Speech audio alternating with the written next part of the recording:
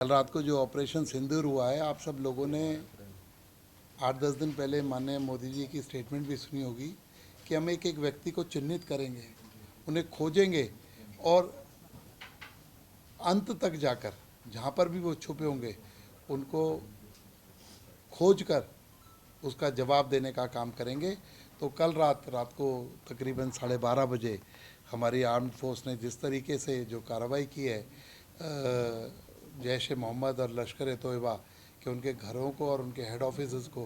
धाराशाही करने का काम किया। एक और बात, जो हमारे आतंकवादी हमारी बहनों को, हमारी बेटियों को,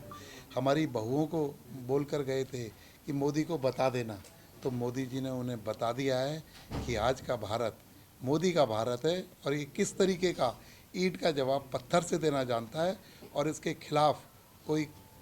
ऐसा कुकृत्य करेगा या इसकी तरफ आंख उठाकर देखेगा, उसका जवाब देने का काम करेगा। आज पाकिस्तान का पानी भी बंद कर दिया है, पाकिस्तान की आर्थिक अर्थव्यवस्था भी जो है चरमरा गई है और जहां हिंदुस्तान कल 5वें पायदान से जो दुनिया के अंदर अर्थव्यवस्था में जापान को पीछे छोड़कर चौथे पायदान पर आ गया है, तो एक बहुत बड़ी उपलब्धि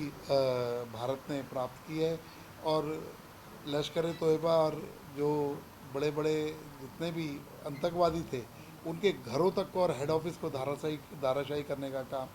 हमारी आर्म्ड फोर्स ने किया है। मैं उन्हें बहुत बहुत बधाई देता हूं और इससे मुझे लगता है कि विश्व के अंदर जो भी भारत विरोधी लोग हैं या भारत के खिलाफ सोचने वाले लोग हैं उनको एक सबक मिलेगा और एक बहुत ही अच्छा जो है जवाब पाकिस्तान को मिला है कि क्योंकि ये आतंकवादी जो घटना हुई थी इसकी जड़ें पाकिस्तान के अंदर थी और ये पाकिस्तान से संचालित था, तो इसका एक अच्छा जवाब दिया और इसका जवाब हमारी बेटियों ने दो, हमारी जो विंग कमांडर सोफिया और जो दूसरी हमारी बेटी है उन्होंने जवाब दिया है कि भाई इसका जवाब हम किस तरीके से देना जानते हैं। हमारे देश की बेटियों ने इसका जवाब देने का काम किया। मंत्री जी, काफ़ी अगर देखें सनातनी स्टाइल ये जो पूरा ऑपरेशन था वो देखने के लिए मिला, चाहे नाम की बात करें और ख़ास बात यह है कि हमारे आर्मी की तरफ से इसको लेकर के फिर ट्वीट करा कि ऑपरेशन जो है वो सिंदूर शुरू हो गया। 23 मिनट बाद ये भी कहा कि अब ये ऑपरेशन जो है किस तरीके से किया होगा, उसमें भी संस्कृत भाषा का इस्तेमाल जो है वो किया गया था। इसको कैसे देखते हैं? और नाम जो चुना, जानकारी मिल रही है सूत्रों से, तो प्रधानमंत्री ने खुद ये नाम रखा क्योंकि हमारी बहन बेटियों के जिस तरीके से सिंदूर मिटाने का काम किया गया था उसमें इसे ऑपरेशन के तौर पर सरकार ने, क्योंकि वहाँ पर जो आतंकवादियों ने काम किया हमारी बहन बेटियों के सिंदूर मिटाने का ही वहाँ पर काम किया था। उन्होंने चुन चुन कर पुरुषों को मारने का काम किया और जाति पूछ कर मारने का काम किया। तो उनको ये जवाब दिया गया कि सनातन धर्म जो है, सनातन को मानने वाले जो जो लोग हैं वो किस तरीके की कार्रवाई कर सकते हैं, क्योंकि उन्होंने भी सिर्फ धर्म पूछ पूछ कर एक एक व्यक्ति को टारगेट करने का काम किया, उसको मौत के घाट उतारने का काम किया था। तो इसलिए मैं समझता हूँ एक बहुत ही अच्छा मैसेज चाहे सनातन की तरफ से हो चाहे हिंदुस्तान की तरफ से हो, मोदी जी ने 360 सारी बातों को देखते हुए, चाहे हमारी बहनों की तरफ से हो चाहे इस ऑपरेशन का नाम सिंदूर रखना हो, मैं उनकी एक एक बात का जो उन्होंने कही, जो उन्होंने मूक तरीके से उसका मैसेज देना चाहा, उनका जवाब है कि आपके हर सवाल का, हर कुकृत्य का जवाब हिंदुस्तान देना जानता है और अच्छे तरीके से दिया है। और मैं कहूँगा मोदी जी को बहुत बहुत सल्यूट, और हमारे देश के प्रधानमंत्री ने फिर हमारे देश का गौरव और मान ऊंचा करने का काम किया। और मंत्री जी, मॉक ड्रिल जो है वो आज होगी, मॉक ड्रिल को लेकर क्या कहेंगे, क्योंकि गंभीरता से लोग जो है वो इस चीज़ को लें और जो भी निर्देश जो है वो दिए गए, मैं सभी लोगों से कहना चाहूँगा ये मॉक ड्रिल जो है एक ऐसा वो है कि कल को कोई बड़ी घटना हो जाए, कोई बड़ी घटना